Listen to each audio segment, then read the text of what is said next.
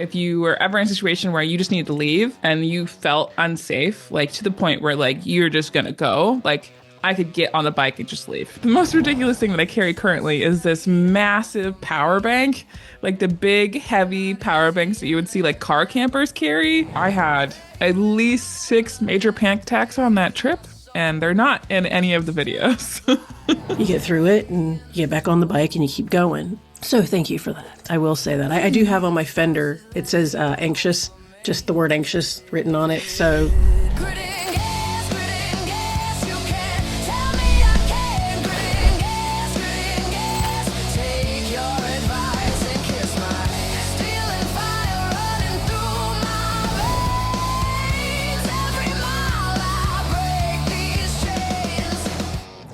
welcome back to Grit and Gas. I'm talking to someone I followed for years, Amanda Zito, known on YouTube as the Magpie Flies and on Instagram as BlindThistle.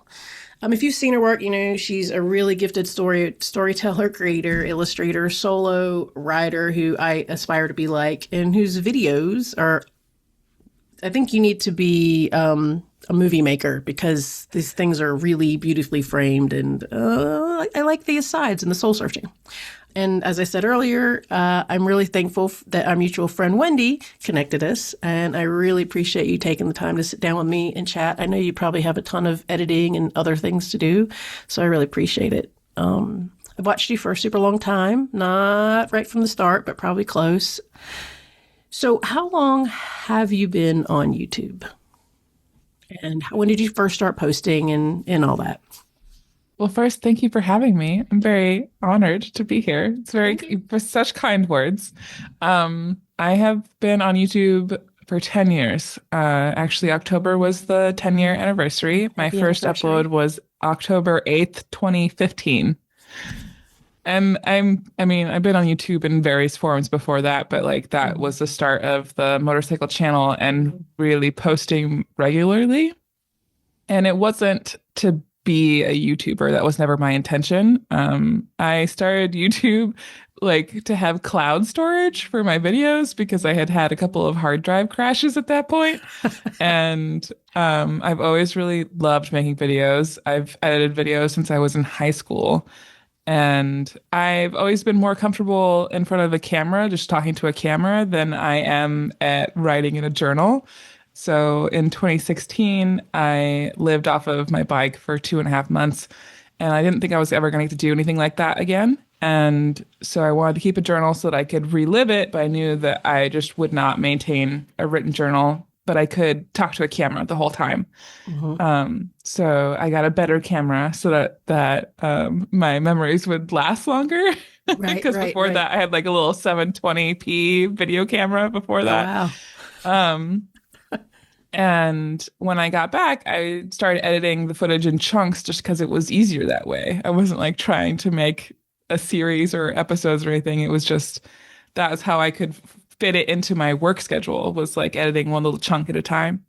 And I put the intro in there because I knew my grandma would watch it. And and so just explaining everything that was happening so that my grandma would understand what was going on. And so people started watching it, which is not what I expected at all. And so I finished editing that chunk. I was working at a dealership at that point. I wasn't really doing big trips anymore. People started commenting, being like, "Are you going to keep making videos?" And I was like, "Oh, I guess. I like making videos, whatever." And then people just started asking me questions like I knew what I was talking about. So then it kind of evolved from there. I would just make videos answering questions people asked me. And I got the opportunity to take a couple of like little 2-week trips while I was still working at that dealership. And like it essentially snowballed from there. Mm-hmm. How long have you been writing? I know you talk about this in some of your videos, but how long have you been writing? When did you start? I started writing in 2011. I moved from Montana to Portland, Oregon in 2010 for art school. I grew up on a ranch. I am a horse girl through and through, but I couldn't bring my horses with me. And my grandpa rode, and he said that that was the next best thing to riding horses. So in October 2011, I went back to Montana to take my safety course. And it was so cold, we would have to wait in the morning for the ice to thaw on the pavement outside before we could go out and do the practical. Um, I came back and I started riding one of my grandpa's hand-me-downs, which was a 1979 Suzuki GS 750. Oh, wow. And I dropped it in front of his house and broke a turn signal. And his little meltdown told me that that bike was never going to be mine. So I got on Craigslist and I found a 1980 Suzuki GS 850. So 1 year newer, 100 cc's heavier. So I knew that I would be able to find parts for it a little bit easier because after trying to find a turn signal for the 79, I figured out that most people's parts books only go back to 1980.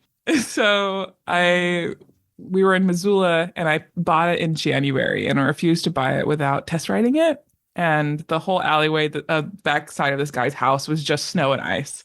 And when I told him I wanted to test ride it, he like giant saucer eyeballs at me, like right now. And I was like, yeah, I'm not going to give you $600 for this motorcycle without test riding it. And like Right. hindsight's 2020, like that's like a ridiculous price to pay for a bike. Just give him the $600 and go and like run. You're like, That's funny. but it was my first bike, so I was like, I'm gonna do it right. I'm gonna make sure that it goes through all the gears and blah blah.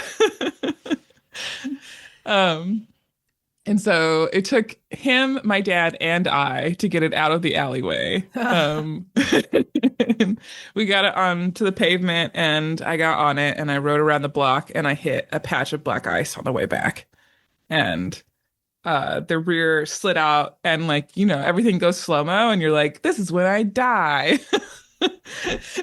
Had a few of those moments. Yeah, and somehow it corrected. It caught traction at just the right moment, and I was able to correct. And I was like, "Nope, she's mine. We're bonded. That's it." You trauma bonded with the bike. Yeah. That's so you talked about you had to find the parts for the bike. That is something that I don't do well is work on bikes. I joke there's like literally only one thing I really princess at, and that's working on my own bike. I don't do that. Do you do most of the work on your own bike, or do you have somebody go out? Yes. And...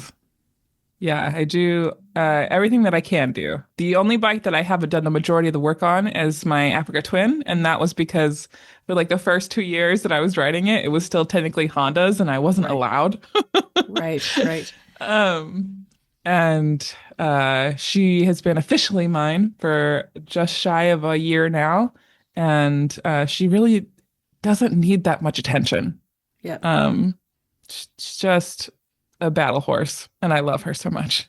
My really good friend is the owner and operator of a place called DC Dirt Camp in Virginia, and she teaches people how to ride in dirt, basically. And she has an Africa Twin, and she's always like, take it out there in the grass. And I'm like, look, and I joke, I said, who do you think I am, Amanda? And she's just like, she just rolls her eyes at me and she hands me the DRZ, which is arguably just as tall, but for some reason, not as intimidating for me. I don't know. And I ride a GS. I don't understand. My brain does something when I look at stuff. I get anxiety, and that kind of is the reason why I think when I started watching your videos, it kind of resonated, because one of the things that I really like about is that you do a lot of training and you break down the things that you're doing in the training, even the things that you're doing in the training. And for sort of the first time for me watching all kinds of people, not just women, but specifically another woman, was seeing somebody who's being challenged with something that makes you a little uncomfortable, a little bit afraid, and you were like really honest about those things. And, it's hard because sometimes when you watch people doing things that you want to do, it seems easy to them, or they cut and edit to a point where you don't see any of that vulnerability. And that's something that I really enjoy about. I don't know if I enjoy seeing you upset at me. Let me take that back. It's something that I respect that you show, and I want you to know that it's valuable to me and other people that I've spoken with that see you go through these little moments that are difficult and working through them and coming out on the other side. So let's just know that we can do it too. Thank you. So like there's mind shifts that you have. You don't hide it. And when you look back at some of those things, like the training with Jocelyn and Doodle, when that came out, I actually worked at a BMW shop, and I was actually talking to Jocelyn in that time frame. She was buying some gear, and her hands are like this big. It's so small. So small. And I told her I wanted to come out and train, that you just drop this video, the two of you. And she's like, yeah, you come out. And I was like, I need like the most beginner class you have. And she was like kindergarten. I was like, yeah, maybe kindergarten and a half. So she made a joke that she'd give me a kindergarten and a half training. But when you had those moments early on, and when you're recording or when you're training, what made you decide to leave those in? And like, did that kind of change how you see yourself as other people brought that up? Like as a writer, I mean, I think that people who have watched the videos from the beginning will know that like I didn't talk super openly about my anxiety at the start. I have had anxiety my whole life, but it didn't start getting really, really bad until I was in college. So like between 2010 and 2014 is like when I had the most panic attacks. Like it would be a miracle if I could get through one day without a panic attack. It was really bad. And I didn't know what it was. I didn't have words to label it. I like didn't know anybody who had anxiety who talked about it. It was like really rough. And my poor family, like my poor mom, especially, because like I called her every day. I would just start like freaking out and I couldn't breathe. And like the world feels like it's shutting down. And like, yeah. And it feels slightly different every time for me. But like, that's like the key point is like, I get tunnel vision. Like the world feels like it's crushing down on me. I can't breathe. My chest feels super heavy, like I'm hyperventilating, and then my thoughts do like this tight circle, and I can't get out of it. Like you like normal on a hamster wheel. Yes, exactly. So I call my mom like every day, just in tears, and my mom also has anxiety, but she didn't realize that until much later in life, after I had already gone through the process of being like, oh, this is why I feel this way. And there's like things I could do to try to manage this and not make it so bad. But my mom's like tools of dealing with her anxiety at a young age, because she also didn't know what it was or like how to handle it. Sorry, Mom, if you're listening to this, I just outed you to the world. My mom has it too, so we could get them together. Yeah. But I've always known my mom as this very stable person, because to her, she just like shoves it, and like as long as nobody knows, it's fine. Right. And so going through college and being like, why can't I be stable like my mom? Anyway, I got out of college. The pilgrimage happened, which was the first series on YouTube. I had at least 6 major panic attacks on that trip. And they're not in any of the videos, which is super funny, because I can identify like when I look like it's starting to happen and I stop recording. Like one of them was like when I dumped the bike a bunch on top of Judith Peak outside of Lewistown, Montana, before I made friends with the tow truck driver, and all of that. And part of the reason I started including my anxiety later in the stuff is because when I was editing that series, like there's huge chunks that are just missing because I was too anxious. I didn't want people to know that I was anxious, so I just wouldn't record for huge chunks of time. And it makes it really difficult to connect a story together when there's huge chunks just absolutely missing. Right. And I'm first and foremost an artist. I don't really like the word, but that's the closest you thing are, again, that I have. Visuals are amazing, and the way you tie everything together. I've said it over and over again. Because I started as a visual artist. Like illustration and drawing is my first love. And then cameras was my second. I love photography, and video was just like the next best thing because I could tell stories, and I love telling stories. Mom and dad used to have to get sat down so that I could play act. What like I would go to my friend's house and like some like event would happen or whatever that felt really big as a kid, right? And then I would come home and then I would sit mom and dad down so that I could play act like this event that just happened, so I could That's tell amazing. them this story that I had made up in my head about what had happened. And so video just like felt like this lovely marriage of like two of my major loves, which is like visual storytelling and art, because like every frame is a composition. Like you're thinking about how that frame looks to an audience. Like, yeah, it's a big thing for me. And so having huge chunks of the story just absolutely missing just did not feel true. And it also just made it really difficult to convey what was happening to the audience because like now I have to explain why like I was in Lewistown and now I'm in Fort Peck. Like there's this huge chunk of time absolutely missing.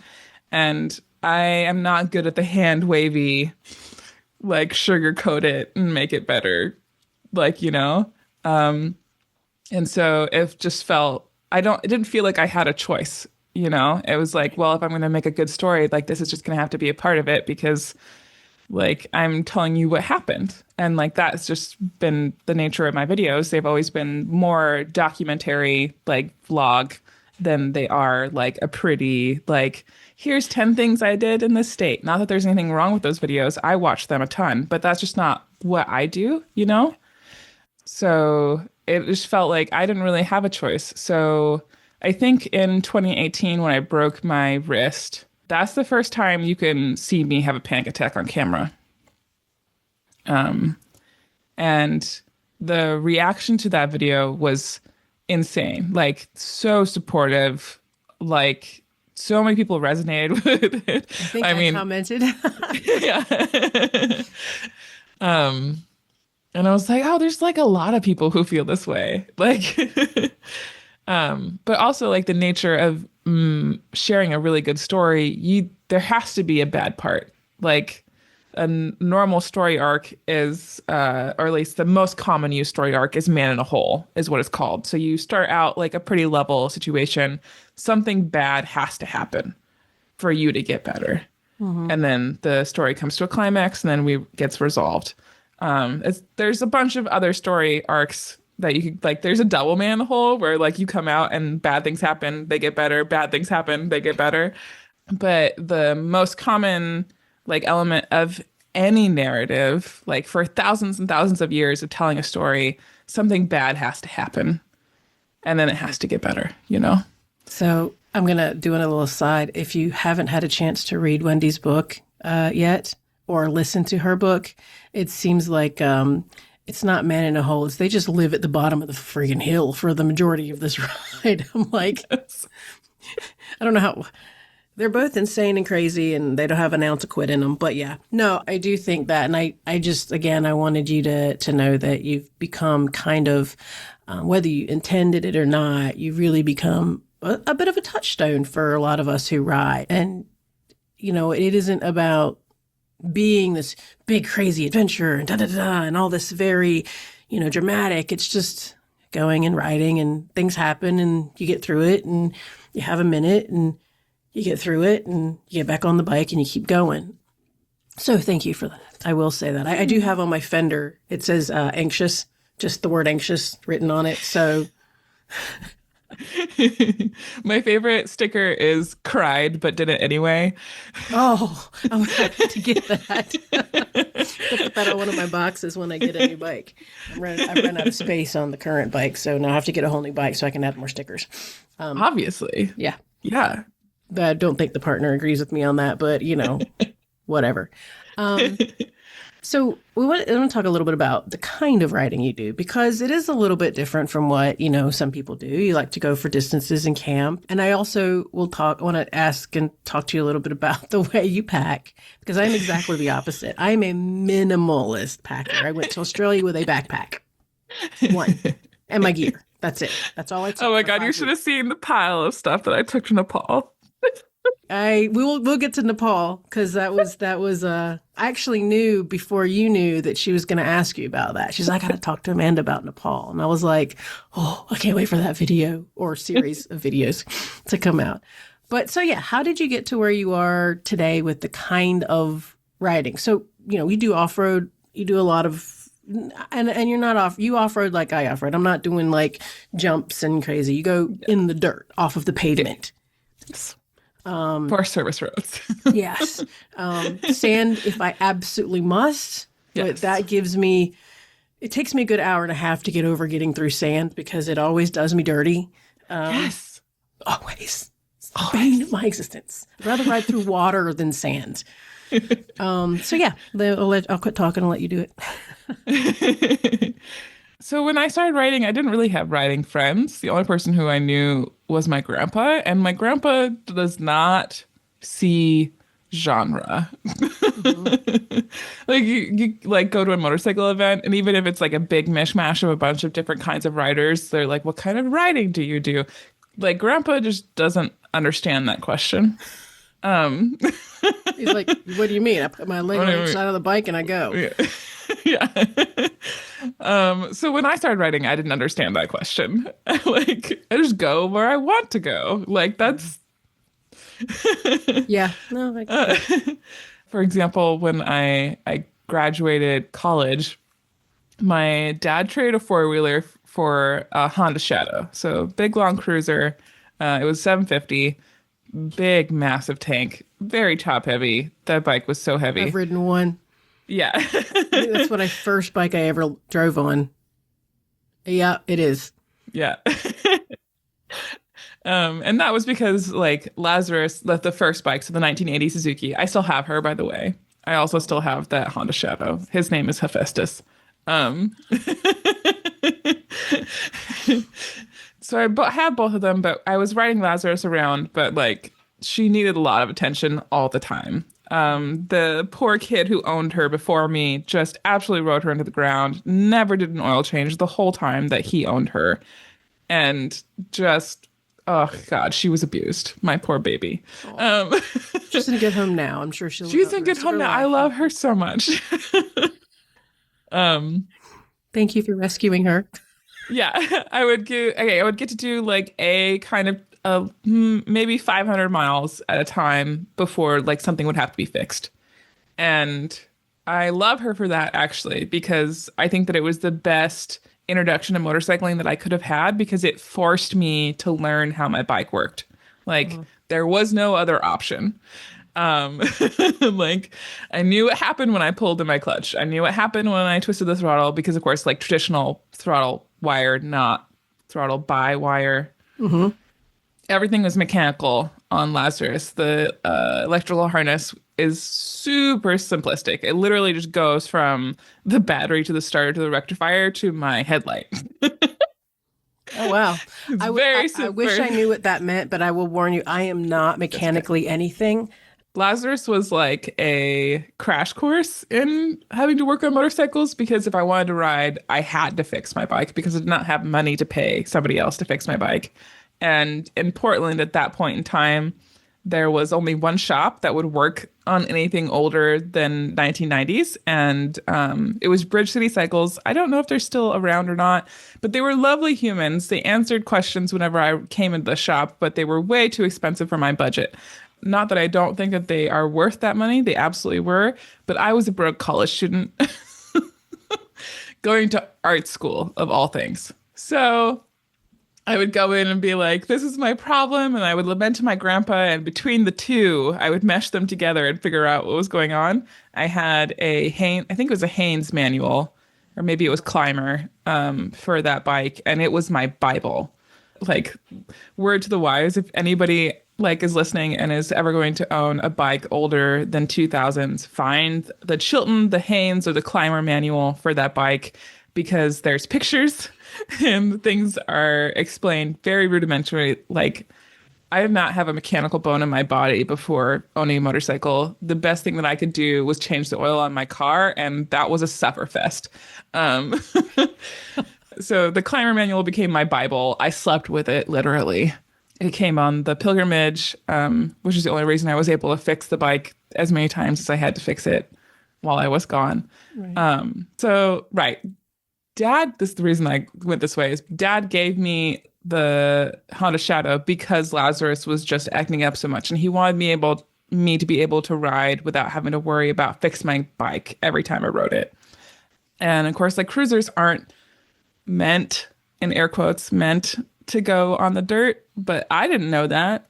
Like Grandpa never told me that, and he was my only resource at that point. I didn't even think to Google like motorcycle forums or anything like Hmm. that. That was just not, it didn't occur to me because at that point, motorcycling was just another form of transportation to Right. me, and it was way cheaper. That it is. So I would just like I would tootle down Forest Service roads on a Honda Shadow. I would get very deep into like the Mount Hood National Forest, and like dirt bikes would go by and like slow down because they're like, "Is Like, does she? was that a cruiser?" Because I should know any better. Like I had to go way slower than them, obviously, because I had like no suspension to speak of for going through like dirt potholes and stuff. But I just took it slow and I picked my way through what I had to get through to get to where I wanted to go. Like that's always been kind of the way that I look at it. I guess I'm technically in the genre of ADV, just because of the way that I do things, and of course, like I have the Africa Twin now, and Right. all of the. So I am in the ADV niche, but I'm just very much a I go where I want to go person. No, I get that, and you kind of have to be an ADV rider for the way you pack. Yeah, yeah. So let's just go through what I've seen you pack. You have your camp stove.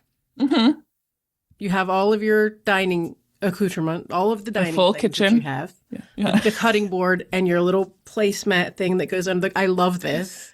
I was like, I wish I could bring that much with me, but I would. I'm too ADD if you have too many things and I lose the stuff.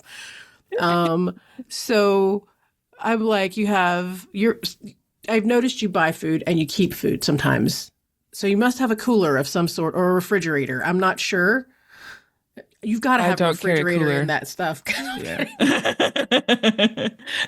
So what is it? What is your sort of basic stuff, not to the stuff that you buy along the way?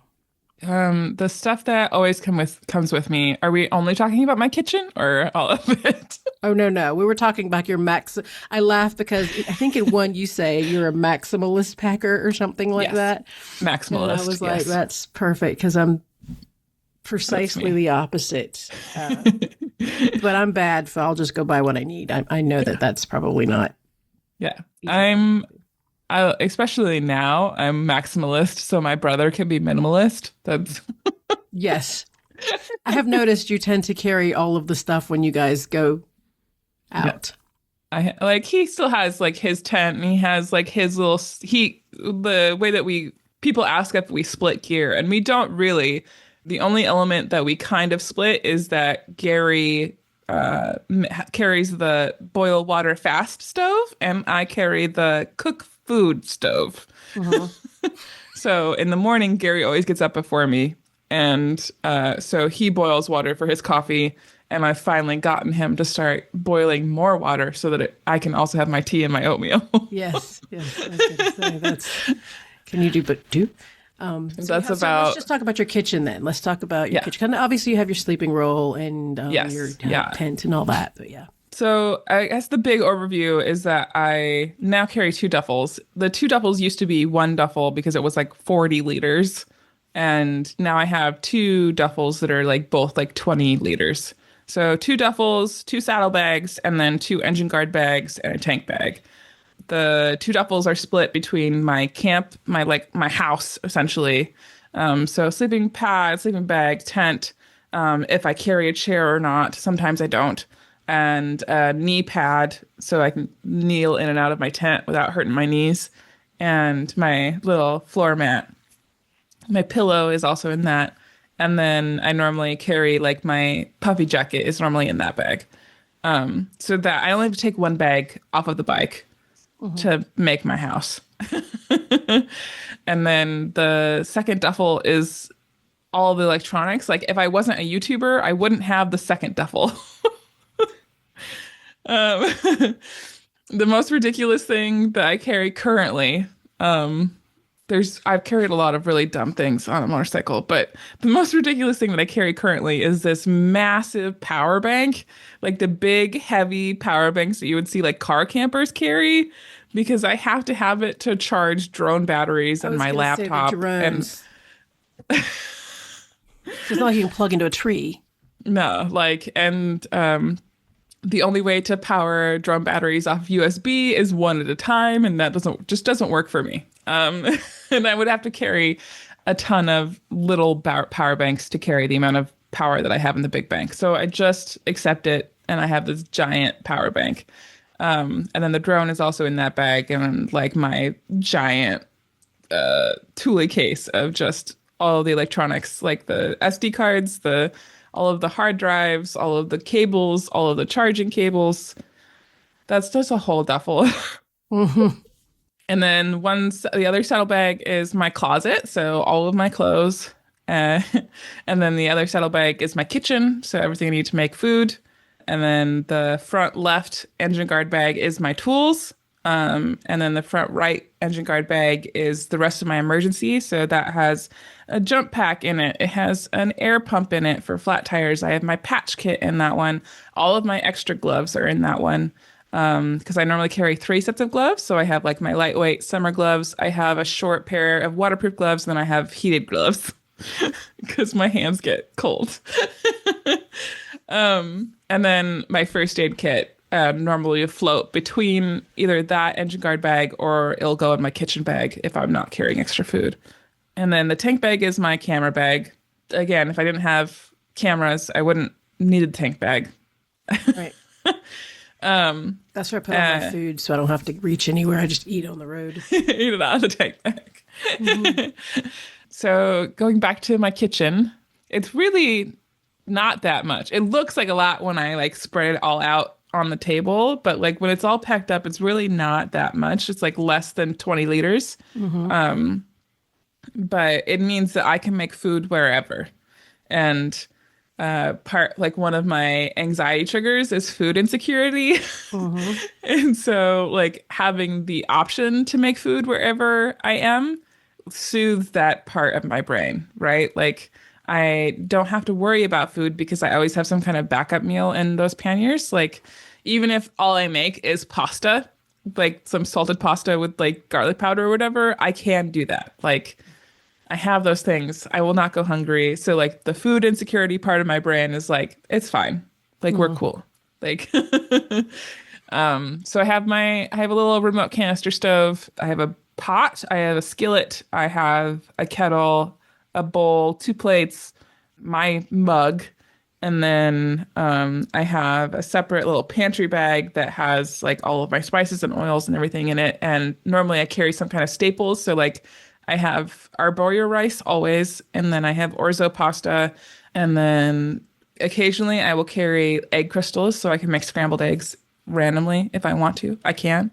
And all of those things like don't require refrigeration, of course, and I don't carry a cooler.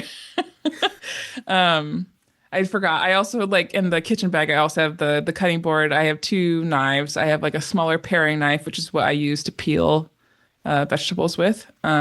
And then I have the larger chef's knife. And then I have a foldable spatula, and all my utensils are in there. And I carry 2 lighters always. My favorite kind of lighters is like the candle lighting lighters with the longer neck. Those are my favorite. No, those ones are the big. Those are I call those the barbecue lighters. This is what I light with candles. I light my candles. They're like it's like in between the barbecue lighters, like the big long neck, and then the normal lighter. It's not a super it's not super long. It's like maybe an inch or 2 longer, but it keeps me from making the face every time I light my stove. Because it goes. Yeah. Yeah. And then a windscreen for my stove. It sounds like a lot. When you list it all out, it sounds like so much, but it really isn't. Like my pot and like almost all of my stuff collapses and it all nests together super flat. The more minimalist kit that I used to carry, like when I first started, took up more space than my current setup does. And I have more little intricate stuff. Like I used to carry a big fat Stanley stainless steel pot. And then my like the stove and the fuel all went inside, nested together in like a bowl. I didn't even carry a cup. I just had a bowl, and that's what I drank tea out of. And then that collapsed together. But like that took up more space than my current kitchen setup takes up in my bag.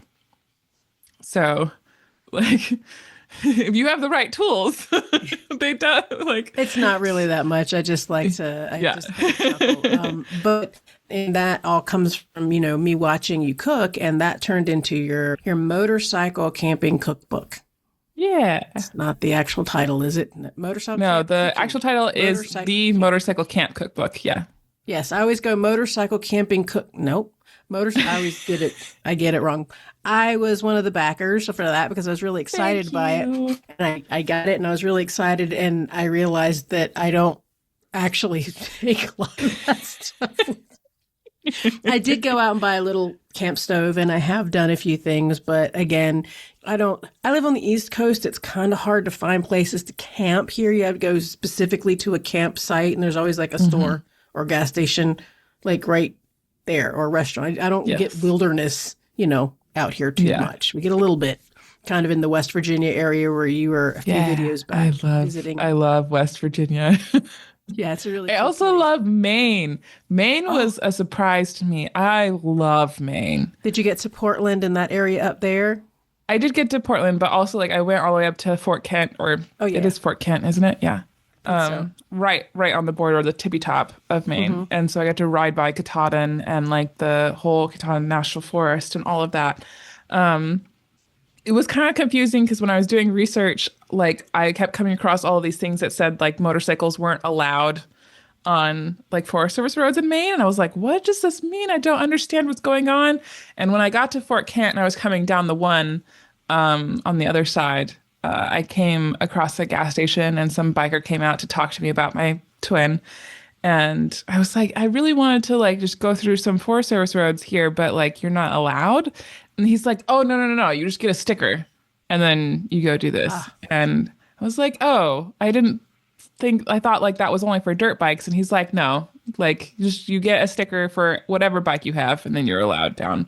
And I was like, oh, and then he like added me to this like main ADB motorcycle forum so that if I came back, then I would know all the tricks. Oh, cool. That sounds really neat.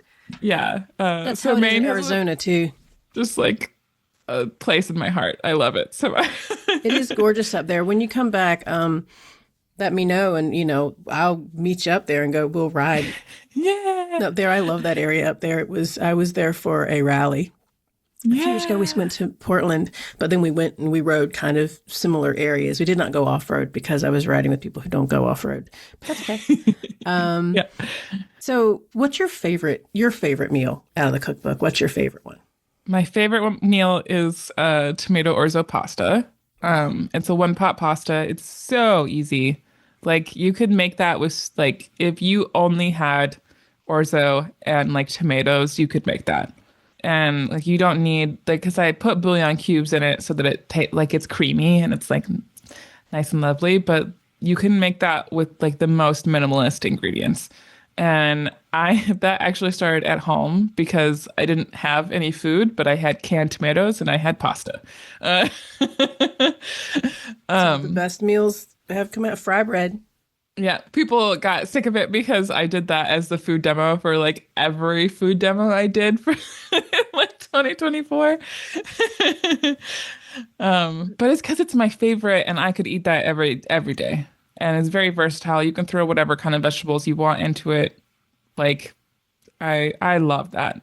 But I'm also Sicilian, so I'm not Sicilian and I like that. So I don't know, maybe I'm part Sicilian. It is good. I've made a few of them. But again, it's hard for me because I don't I have to go to the store and buy the stuff, and like I'll go to the Hmm. store and there'll be a restaurant right there, and I'm like, do I want to go there? Yes. Do I want to go? Yeah. So Yeah. maybe when I No, go I further out west. understand the like you go into town and you're like, or I could just eat at that restaurant. My thing is that at a certain point, and it took me a long time to get here. I'm not like trying to toot my horn or whatever, but eventually I got to this point where was just getting disappointed by the greasy spoon in town. Right. And then I would like order something, I'd be really excited about it, and I would eat it. And it's not like it was horrible, but I was like, I could have made this better. Um, Well, I have food allergies, so for me, eating out on the oh, road yeah. is almost always, and they're the fun food allergies. So I'm allergic to shellfish, and I'm lactose intolerant, so I I can't am have also anything. lactose intolerant. Yeah. It's so awful. So That's vegan rough. places are my heart and soul because I can go there and eat. I'm not vegan, but I can eat anything at vegan or Hmm. Jewish delis. But those are very culturally Niche. specific places. Yeah. Like I'm sure Portland, I could be okay, and I'm Yeah. East Coast, I can find stuff like that. But everywhere in the middle, kind of hard. Um, Yes. Yeah. Oh my God. On that note, like my first time crossing the country and I got to the Midwest and I would like order something that normally like on the West Coast you would get a side of vegetables with. And I would order it in the Midwest and there were no vegetables. and You got everything's meat and white. potatoes. That you got meat and a Everything's white, starch. Yeah. and I can I say love the that. Midwest. No, please don't come after No, me. no, no. I can say, my daughter lives there. My eldest child is in the Midwest, and so I travel there to visit her. And I laugh. I always joke, I'm like, I got to come eat your white food. And people always think I'm talking about race. And I'm like, no, no. I mean, No. literally, the food's all white. It's potatoes, gravy, whatever. So you've had some really, really big rides. You've done like BDR, scenic getaways, of course, your big one, your big cross country trips that you've done. I think you came to Maryland and saw the ocean, wasn't it? Or was it North Carolina? It was It was somewhere. North Carolina. Yeah. Yes. Which beach were you in North Carolina? Which one did you go to? I think I was in Kitty Hawk, I think is Okay. where I saw. Yeah. I grew up in Wilmington, North Carolina. So we had rights for beaches and stuff like that. So I remember when you were coming through, I was like, oh, I hope she goes to our old beach. Then there's nowhere for her to go. They are good. So never mind. Like it's just very busy with a lot of Yeah. businesses. Kitty Hawk's pretty cool. Yeah. Do you have any that you're planning or that you can talk about that you think you want to do? I know you just went to this other, before we get to that, you just did a big one that you had your series out on Yeah. with vintage rides. Yeah. What did you think about going there, first of all, and riding? Like, what are your thoughts? My first thought was, I don't think that I can do that. And what did Wendy say to you? Yes, you And can. Wendy was like, it'll be fine. Sounds like Wendy. Yes, you can. It'll be Wendy's fine. very supportive. I love her very much.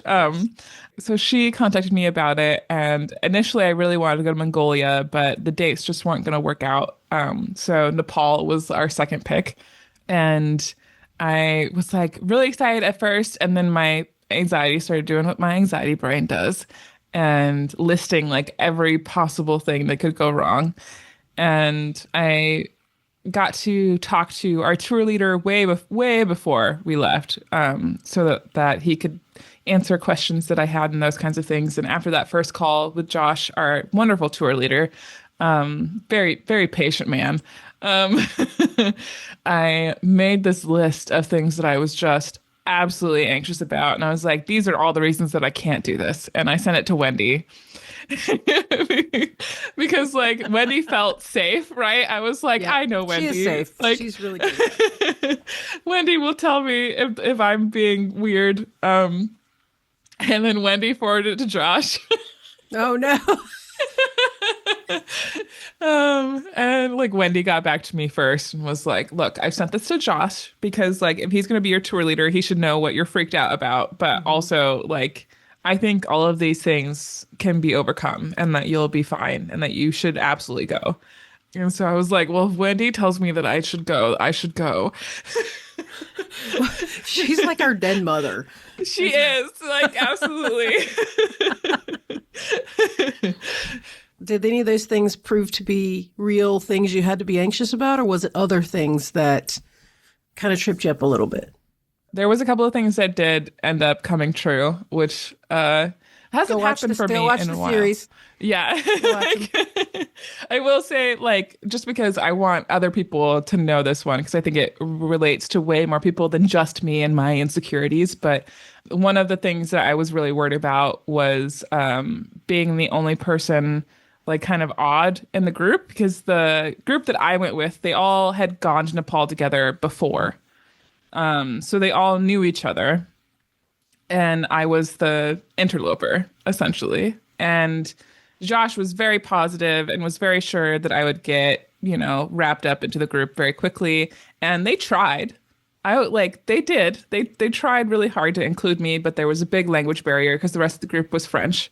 And Pascal, amazing Pascal, did his best to try to loop me into the conversations, but at some point, like it's very difficult to keep translating for somebody so that they can be included in like silly little conversations like, oh, did you see that rock? Things like that,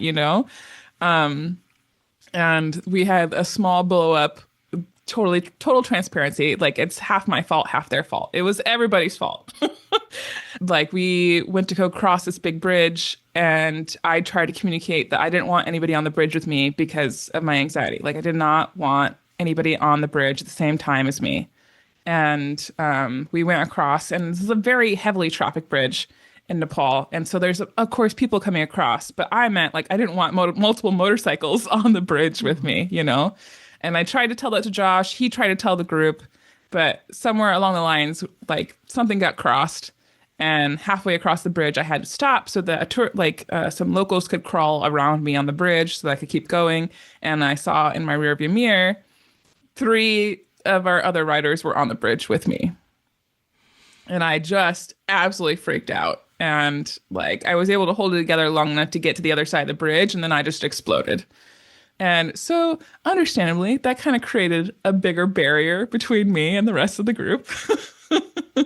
And then on top of that, the language barrier on top of all of those things. So like, we just never really recovered after that. Josh did his absolute best to make sure that everybody was having a good time on the rest of the trip, but I just was not really included in conversations in the group anymore. And like, that's just kind of the way that it went. It's neither here nor there, really. But it was something that I was worried about beforehand, and it did come true.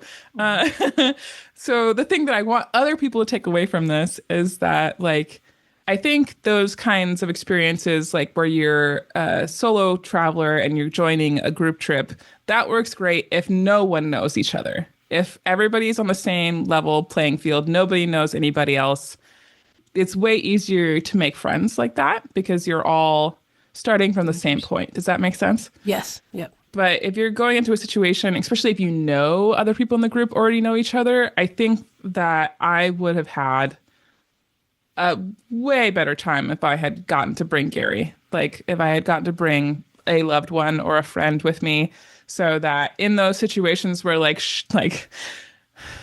bad things happened and my brain freaked out, like, somebody would be there to like right. Maybe at least cushion the blow so the rest of the group did not have to experience my explosion.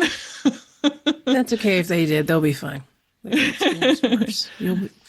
I have done the same. That's how it is. But no, that's the really good point. And I think you do mention something about, I suggest if you can bring somebody, if it's an option or whatever. That's a good point, because she's getting ready to do a new one to I don't remember where, but there was another one that's getting ready to come up, and I was thinking if I go, and I was looking at who was saying that they wanted to go, and I was like, I don't know any of these people, and I know they all know each other, and I remembered what you'd said in that, and I was like, I'll just wait for the next one, maybe. Do it that way. But you brought up Gary, and I will tell you, in the earlier videos when he first started kind of being on with you, he didn't talk much, and he'd be there, and you would do your voiceovers, and now it's been really neat listening to him do the voiceovers. And also on Reddit and Facebook, he has a little bit of a following. He has some ladies that are like, oh, I like his new haircut. And I'm like, okay. Gary's got some stands or some Stellas, whatever you want to call them. So, but what's it been like watching his kind of growth for you in this world that you've created? I mean, I know he's always been there for you as your brother, but Yeah. when you're kind of putting him there now and he's doing the voiceovers and he's talking and he's just, what's it like? He's definitely gotten way more comfortable in front of the camera. The hilarious part about the voiceovers is that I didn't give him a choice. Um, As a sister should. I have a brother as well, as a sister should. yes, exactly. Yeah. The start of him doing the voiceovers was purely because like statistically, if a male, like a deep male voice is telling you history facts or just facts in general, people pay attention longer than if it's a female voice. And I was at the point that I really, because I've always been a history nerd and I've kind of like only left it like surface level in a lot of the videos because I didn't want to bore anybody. But we did like the big Montana tour in like 2022. And there was just so much. I was like, I just want a history jump on these people, but I can't in my voice because I know the watch time is just gonna drop super hard. And I was like, but if Gary gives the history dump, then like you'll stick around. And so I was like, sorry, brother, not sorry. You have no choice. Here's a new microphone, and you're going to record all of the history parts for me. Like, and it's really funny because like people will walk up to an events and like be like, oh, I love it when you dump on history. And then my brother has to be like, yeah, she writes everything and I just record it. So what has that been for you? Like, did you expect the viewers to like latch on to him like that as much? I mean, I know he's great, but it is kind of Yeah. interesting to watch people be like, "Oh, Gary." Yeah. Yes. I think it's totally understandable because he's so relatable. I'm obviously very biased. He's my brother. I love him to pieces. When we did the first trip together in like 2021, we met up and did a little bit of Southern Oregon on my Oregon tour. And I didn't really know how people were going to react to him being in the videos because it seems like from my surface level research, like it's like 50-50. If like somebody who normally travels by themselves, like normal has like a guest or whatever with them, either people love them because it's a new face, or people are like, why is this person here? This is not what I'm here for. Like, so I didn't really know how people were going to react to him. And so then after that series, because like he didn't talk on camera like at all, I don't think, in the 2021. And but he did like a couple of silly dances that he didn't know that I was recording. The best kind of recording. And so I think that that's part of the like part of like what people like endeared them. And so in 2022 when we did the Montana tour, and I was like, you have no choice, you're doing the voiceover. Sorry, not sorry. Yeah. And people just absolutely loved it. And like it's great for me because I get to edit something that's not my voice. And Oh, yeah. like I don't have like the big heavy I hate hearing my own voice, but it does get I would just like to edit other things occasionally. You know what I mean? So it adds variation in the editing, which is great for me. And it's like, it feels like a bonus that other people really enjoy it. But it's been super cool. And it's actually been really enjoyable to watch him come out of his shell more and more, especially as we do more events and people get to see him more. But like, I love that so much. Yeah, that's kind of goes right into sort of the next thing. It's like, are there, any other upcoming events or gatherings or anything that you're going to be going to? Rocky Mountain Roll 11 is coming in 2026. And so funny that you would mention events. Early bird tickets for Rocky Mountain Roll start December 7th. You It's know, one of the as the things magpieflies.com. is this the camping thing at the house or at the property? I The mean, not the camping thing house. at the house. I like your description of it. That's pretty good. That's Yeah. yes. I do like where you put in the thing because I'm going to try to make it happen for myself. But I like that you're like, this is a residence. Like, This is our like, house. people Like do live here, and I was like, yep. I felt because I've been doing Rocky Mountain Roll since 2016, and it wasn't intended to be like a series thing. It was supposed to be one party to celebrate that I survived the pilgrimage, that big loop I did of Montana. And that was supposed to be it. But my friends were all like, we can't come this year. You have to do it again. And my mom was like, we can only do this again if you insure the property because I don't know these people and they're all going to break shit and blah, blah, blah. And so I had to sell tickets to cover insurance so that we could do the thing again. But I didn't know how to make a private event on Eventbrite to sell tickets. So the first year, I knew 2 people out of the 18 people who came. And they didn't even know that this was a party because I survived living off of my bike for 2 months, you know? And the next year was huge. Like all of my friends came. It was the party that I wanted to have at the end of the pilgrimage. And my mom and dad kind of warmed up about it. They're like, "Oh, well, that was fun. These are good kids, you know?" Like and all of the work that I had done ahead of time to be like, look, this is like a redneck ranch. We're not a dude ranch. It's not shiny. Like, we're not a hotel, you know? And like, this is our home. Like, please respect our home. Like, treat it like you're coming to visit us and not like it's a convention center or like some big event property, you know? And everybody really, really like just respected everything. Like they picked up after themselves. I didn't have to ask people to like pick up their trash. Like it was like nice. the pinnacle of event planning because I've been event planning for a really long time. And so like I know both directions, right? Like I know when people like are just the best attendees. And then I also have experienced like people not being great attendees. And so I felt really good about like, oh, well, something that I said on the website like connected with people. Like, Yeah, the camping thing at your house. Yeah. yeah. But it was super, super fun. Like third year, like 9 people showed up and they were all my super close friends. And so I was like, oh, okay, well, this is over. And of all people, my parents, who I had to convince to let me do this, were like, well, you don't know. It could have just been like a rough year. Like you can't stop now. And so 2025 was the 10-year anniversary of Rocky Mountain Roll. If you had told me that I'd be doing this for the next 10 years when I did the first one, I would think that you were lying. I would think that you were trying to pull the wool over my eyes. But it's been amazing. And I love getting to have everybody come out to Montana. There's a ton of people who come to Montana for the very first time. I'll be one of the new people to Montana. I have been only as far west driving as Iowa City, Iowa. Riding.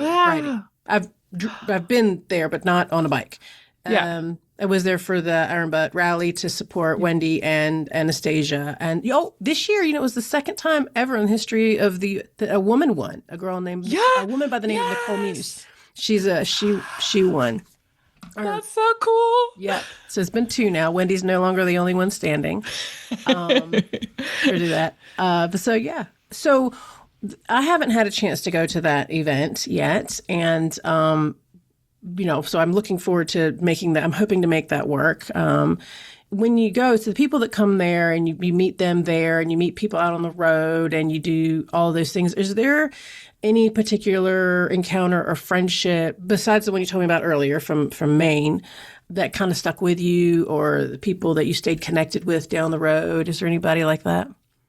I don't know if it's considered a cop-out because it's so long ago now. But when I was on the pilgrimage in 2016, and we talked about my big panic attack on top of Judith Peak because I dumped my bike like over and over again. I essentially dumped all the oil out of my bike. It wouldn't start.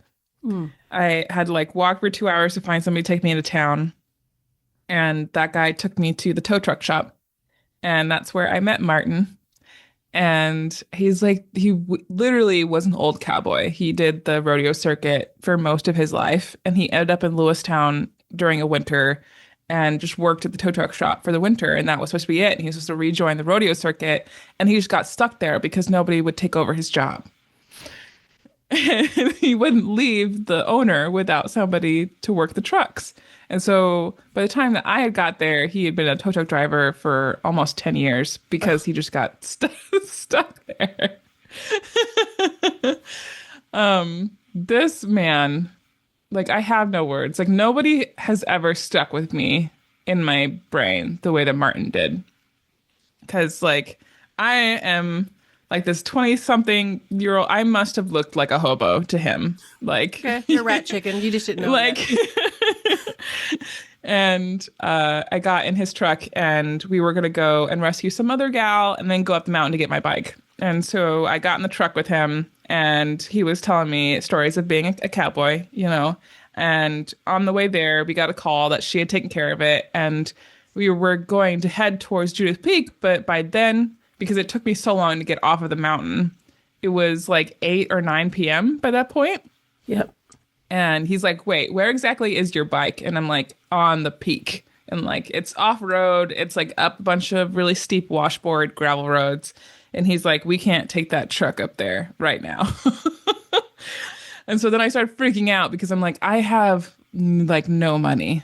Like, I can't afford a hotel room. And all of my stuff is on the bike. Like, I couldn't set up my tent if I wanted to because I left everything on the bike. And he's like, no, don't worry about it. You can stay in the shop. And I was like,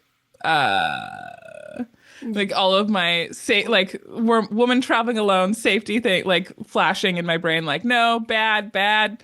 And without even saying anything, like I didn't say anything. I don't know if I looked outwardly uncomfortable, but like in the next breath, he was like, and I'll give you the keys and you can sleep in the sleeper in the big rig. And like I'll give you all the keys for the truck that's in the shop and you'll know that you'll be safe. And it was like the first time anyone had ever considered how I was feeling, like safety, like my personal safety. It was huge. Like he took me to dinner. Like we went and had dinner. Like he paid because he was like, you obviously have no money. Like we went back to the tow truck shop. Like he took all of the keys off the walls, not just the one for the big rig, but all of the keys off the walls and gave them to me. So I climbed up into the big rig. I locked the doors. I had all of the keys to every vehicle in the shop. And I slept in there. He got a call at like 2 a.m. and so like knocked on the door and I was like and like rolled the window down a little bit. And he's like, I just need the key for that one because I have to go like go do a thing. And so I like handed that key to him and then he went and did his run.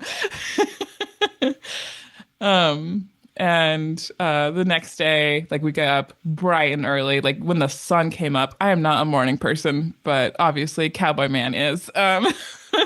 And we took a rollback, like a big semi truck with a trailer on the back that rolls all the way back down, so it's its own ramp, off road to the top of Judith Peak. This is a big deal. Okay, and we loaded up my bike, and he was giving me a hard time by then, like about getting all the way at the top on this bike that was not meant to be there. Right.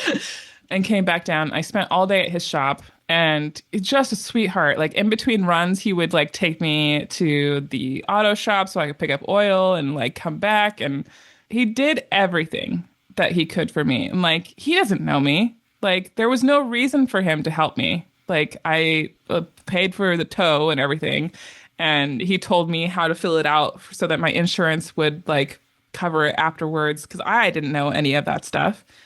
And I went like finally got my bike running like right at the end of the day, and he had to go and correct like a downed dump truck that had dumped grain all over the road. And he's like, "Do you want to come?" And I was like, "Okay."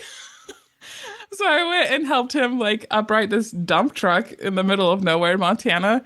And the reason he stuck with me, and besides the fact that just the kindest human who went out of his way to help me, no reason to help me. Like I wasn't like, didn't give him money besides him helping to tow my bike into town. And like, just out of the kindness of his heart, he was just helping me, you know? And that stuck with me for a really, really long time. And we talked a lot. Like I pretty much learned his life story in the span of knowing this man for a day and a half. And we sent letters back and forth because I didn't get his phone number when I left. I just knew the address of the shop so that when I got back to Portland after the trip was all over, I just sent him a thank you note because it stuck with me for the whole rest of the trip. Like just the kindness that he showed me. And not like other people didn't show me kindness after that. Like I was stuck in Circle for a week and the lovely people at the shop like gave me a beater car so I wouldn't just be stuck there.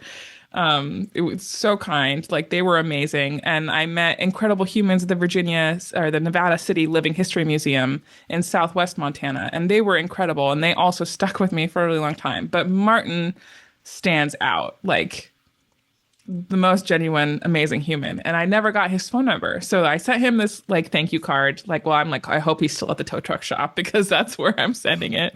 And we sent letters back and forth for like 2 years. Like, never got his phone number. I never could text him or anything. We just like sent letters back and forth. Eventually, he moved to a tow truck shop in Arizona. And I don't know what happened when he wrote his return address on the envelope, but it got fudged. So when I tried to send my letter, it got sent back. And so if he's just lost in the ether now, I don't even know if he's still alive. But yeah. That was a Aw. way more long-winded story than you No, asked that's for. perfect. That's exactly what we want to do. And it kind of, you kind of touch on the other thing, one of the last things that I really personally, it has nothing to do with this, but, is like as a female solo writer, I want to branch out, but I do feel a little nervous about going out too far by myself, where there's not civilization and you're out in the woods and, with the tent and out there by yourself. What's a little piece of advice that you would give someone to help people get past that fear and kind of take the first step besides Wendy's version of you'll be all right? You'll be all right. Yeah, that's not how my brain works. No, I'm like, I need to know how many bears are in that area. Exactly. I need to know how to deal with those bears. I need to know if there's skunks in the area, porcupines, what kind of bugs live in that area. I don't mind spiders, but they need to stay outside of my tent. Like I need to know all the things. So Yeah. I mean, I think like being aware if bears have been active in an area that you're going to be camping in isn't an anxious thing. That's just a smart outdoors person thing. we don't have as many as y'all have, but in the Yeah. western part of the state, we do have the black bears. So Yes, it's not a yeah. normal thing for, say, someone living near Baltimore or DC to be worried about bears. Yeah. But I mean, like, I think that more people on the East Coast should be bear aware because I interviewed a bunch of bear experts because I was putting together a big, like, camping in bear active areas essay that has been in my archive for a long time. But anyway, when I was talking to this person who works at the bear sanctuary, I think it's in Wisconsin, don't quote me. I was asking her because I was like, well, on the West Coast, like we had black bears, we also have grizzlies. Black bears, like I just don't even think about because when they come near you and you look at them wrong, they pee themselves and they run away, And I was like, is there a big difference between black bears on the West and the East Coast? Because the East Coast people seem to be much more concerned about them. And she was like, yes, and nobody talks about it. But East Coast black bears are much more territorial than West Coast black bears because they don't have the grizzlies to compete with. So they're like a dominant predator in that area. They don't have a lot of other predators that they have to compete with on the East Coast. And also their territory is so much smaller. Like, so they interact with humans so much more than West Coast black bears do. So they're much more accustomed to humans. They're much less likely to be scared off. So, like, you do still need to be bear aware on the East Coast. Like, it doesn't seem like it because you guys don't have grizzlies, but because their territory is so much smaller, you do have to still be very aware, especially because they do interact with humans so much more than, like, you would deal with bears on the West Coast. Like, bears on the West Coast, I'm like, yeah, I'm gonna set an audiobook out loud when I go to sleep. And, like, just the fact that there's a human voice, they're not gonna come near my tent. Like, it's gonna be fine. I did check that with like bear experts. That is a thing. Is it? Good to know. Because unless the bear is like really hungry, like, and you haven't cleaned up your stuff properly, like as long as there's a human voice going, they're not going to come near you because they don't want to deal with it, don't want to deal with the drama. Like, They're very dramatic. But again, you do have to clean up after yourselves. Like, it's like one step in a longer process, like leaving an audiobook on so that you're not bothering people around you, but it's loud enough to be audible to you. Like, because bears' hearing is so good. Like, they're going to be able to hear it. It's not a big deal. But you also have to make sure that you're cleaning everything up. Like, you're not leaving any kind of food out. You're not taking food into your tent. You sleep in different clothes than what you cooked in, so that your clothes aren't also carrying food smells. Like if you are in a actually bear active area, like you either need to carry like a bear proof like food sack, a bear vault, or you need to camp in an area that has a shared bear food storage. That's normally what I do if I'm going to camp in an area that I know has active bears in it. I just go to a campground that has bear food storage in it because if I don't have to carry a bear vault, I don't want to. They do make ursacks, and I do own one. The downside to an ursack is that if a bear's going to find it, period. It's not scent proof, but all your food's going to get crushed. They might not get in it, but your food's going to get crushed. The bear vault is what Gary and I are going to carry to Alaska because we're going to go through huge swaths of areas. We're just not going to be able to find a campground that has food storage.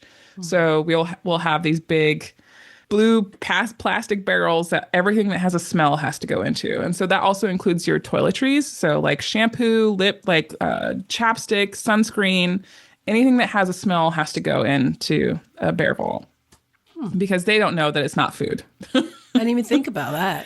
Yeah. Toothpaste especially. Like people like if you have like scented chapstick, any kind of makeup like also has to go in. I don't think about that because I don't carry a lot of makeup on the bike, but yeah, if you have like moisturizers and all of that has to go into the bear vault. Because they don't know it's not food. It smells like food to them. So both Gary and I will carry one of the big blue bear barrels when we go to Alaska. But in the US, it's so easy to find a campground that has shared food storage. It's just easier, you know? People ask me, like, well, why don't you just disperse camp as much? And I was like, because I'm lazy. If I don't have to dig a hole to poop in, and there's like a campground right there that's like $8 that has a pit toilet, I'm gonna stay there. And like there's a picnic table. I mean, you're also doing more than just riding and camping. You are also recording and talking, and there's extra stuff. I mean, people don't understand that part of it. They think what they see is all that's happening, and you're like, no.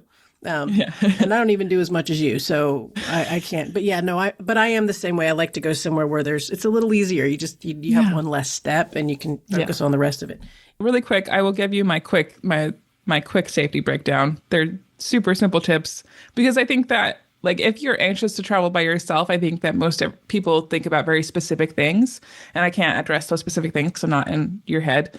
But the things that I'm anxious about like lead me to the list of things that I do to feel safe from humans and not necessarily just animals, right? Yeah. We went over things I do to keep bears safe is pretty much what I do to keep animals safe, because you're way more likely to get a visit from a raccoon or a skunk or like ravens and crows. Crows especially are major food stealers. So and they will mess up your bike.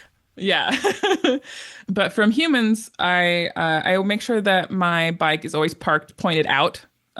So if you were ever in a situation where you just needed to leave and you felt unsafe, like to the point where like you're just gonna go, like I could get on the bike and just leave.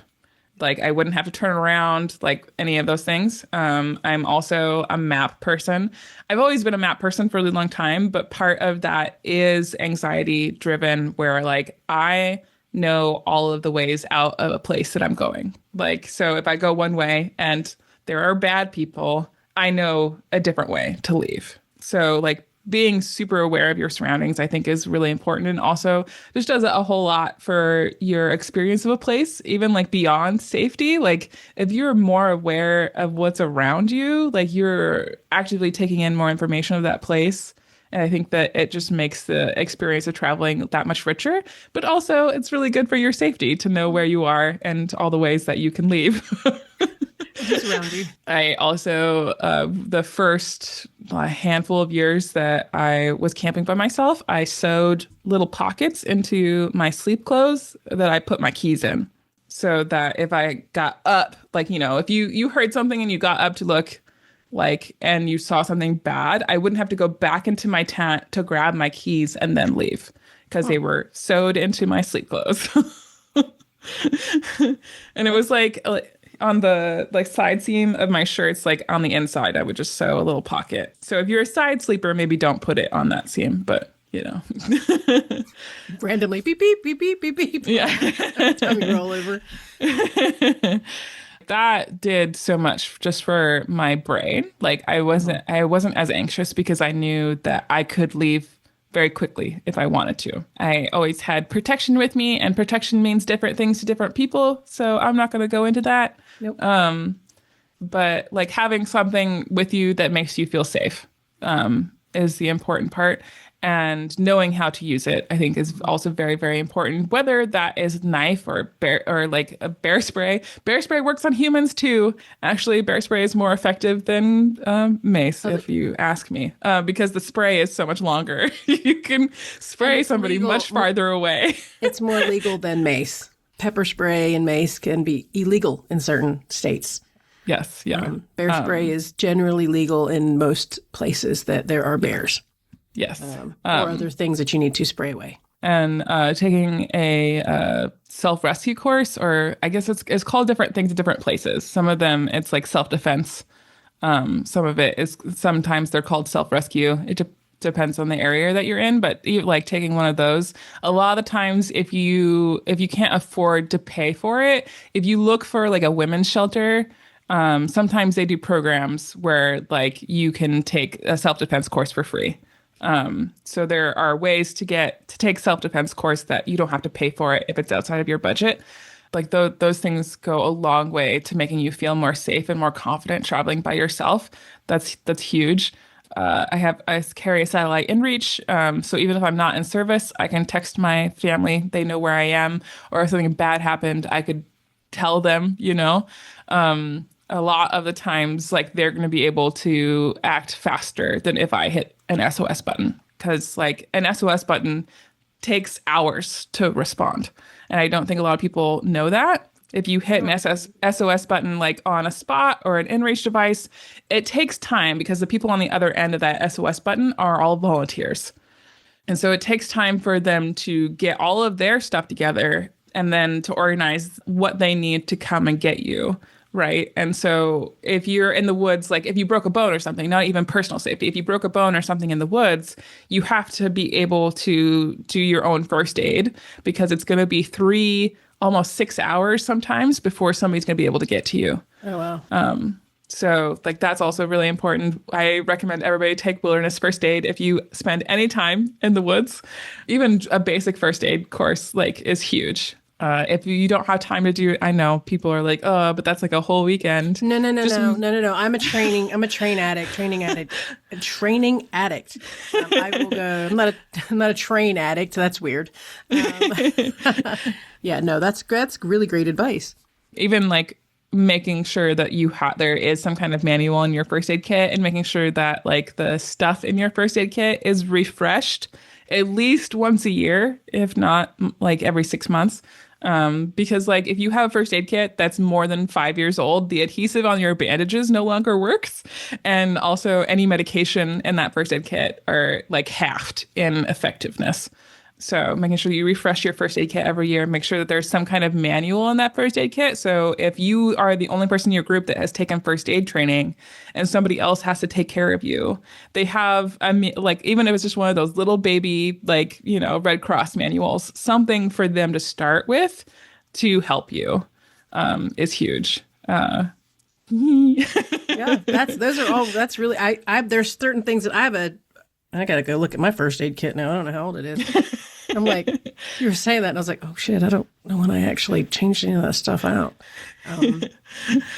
Yeah, I don't know. I've got to go look at that now. But yeah, that's super good advice, and I'll put that down call it the booby bar down here. I'll put that down there for anybody to kind of go through. Amanda's list of safety items.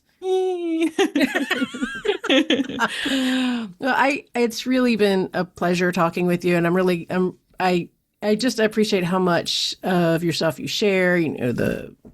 I consider it brave and inspiring and honest, and helps helps me and a lot of other people kind of go when we're feeling a little like, I don't know if I can do this. I think I got some feelings about it and I don't know. And just in wrap up, is there anything that you hope people take away from your channel, and besides, what just in general? Like, what is it you want us to sort of take away as we watch all of your videos and wish we had the time to go out and ride that much? Because now I have a job in motorsports and I don't ever get to ride anymore. Yeah, oh my God. I felt when I worked at the dealership, yes, I I love 100%. my job. I love my job. If you're listening, I'm just saying. My mission, like my big mission is like isn't even motorcycle related. It's I just want people to spend more time outside. Like if you only take one thing from all of the videos like that I've put out over the years, I hope that it just encourages you to spend more time outside, whatever that means. Like if that means like, oh, I'm gonna go for a walk today, awesome. Like if that means that you're like it's the weekend and you want to go up into the woods for a little while or out into the desert, depending on what part of the world you live in, instead of staying home and playing video games, like awesome. I play video games for the record. I'm not hating, but time spent outside is so much better for your brain. Like a so much better for your brain. When I worked at REI, one of the first like statistics you learn when you're in training is that on average we spend 85% of our life indoors. And that's insane. Um, it was a crazy amount of time to spend inside when we have all of these studies that show that like just seeing green things like sends so many good chemicals out in your brain that like reduces stress. It like regulates your emotions. Like it's huge. Like so if yeah, my main mission is just to get people to spend more time outside. That's what I want. Well, I think you're achieving it. And I'm just gonna do a little quick. If you want to see Amanda's artwork, you can check it out on Blind Thistle Instagram. I mean, with the at Blind Thistle. Not any of the Amanda Zitos or Amanda Zitos underscores. None of those are her. That's me how I know. So it's Blind Thistle, and again, I'll put all that up here. And you know, if you guys follow her, I know she has a new video that she just put out about snow and motorcycles. Go check it out. I have not woken up to snow on my motorcycle, but I have driven through hail and rain and thunderstorms all in the span of 30 minutes. Thank you, Maryland, for that weather that you give us. So I can't imagine the snow part. And I have a new tent to try out, so that will be happening in the next however long it takes to do it. So, but again, I really appreciate you taking the time, and I really hope that I can get out there to number 11 and see you guys out there. I'm really looking forward to it. And if you can, you know, hop in a car and try to come to Arizona in January. Yeah. So that would be cool. Again, thank you so much. And I'm going to let you scooch off here and I get to start editing now. But thank you again. And hope to see you soon. Thank you so much. It's been lovely getting to talk to you.